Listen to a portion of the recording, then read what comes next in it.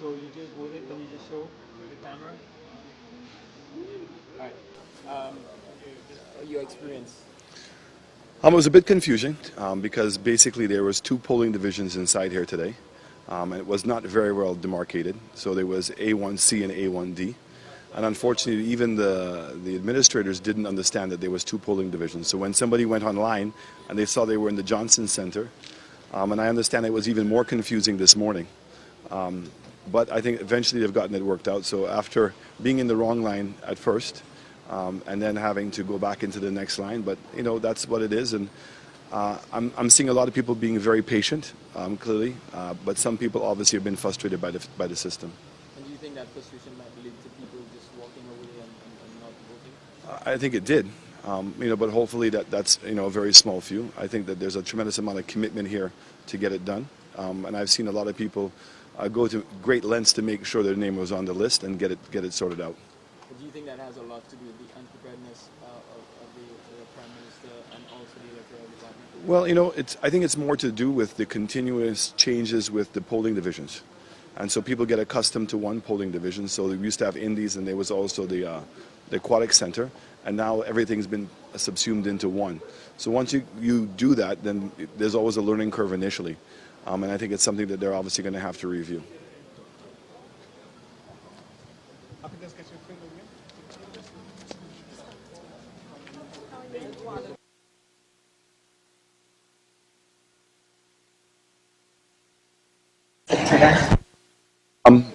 Obviously, we have to address a multitude of issues. The biggest one, obviously, is the economy.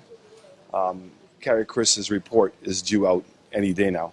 And unfortunately, I don't think it's going to be good news. When we look at the tourism arrival numbers, we've seen a 20% decline in the cruise ship numbers. We've also seen a significant decline in our Canadian and our British market. So we're going to have to try to get that resolved as quickly as possible. Why is the campaign so nasty? I get the feeling that this campaign hasn't been about issues, it's been about personalities, and that the electorate has been forgotten in it. It's been a very nasty campaign. It doesn't seem to make any sense to anybody. Why? Well, I think that you're speaking to the wrong person because we actually have run a campaign on issues. We've only articulated these issues. We've stayed away from all the name calling. And we've dealt with the fact of 5 to stay alive, which is about the people. So the fact is that this government has ignored the pensioners, they have ignored the unemployed, and they've ignored the people below the poverty line. So 5 to stay alive specifically spoke to them. And again, it's only about staying alive. I mean, that's not going to be the solution in itself, but it's going to make life a little bit better. We've spoken about the government's lack of transparency on a lot of different issues. We've spoken about the fact that the blueprint for growth has not worked. The number one issue in this country is unemployment, and the government continues to borrow money. I mean, this government has borrowed over $1 billion in this current administration.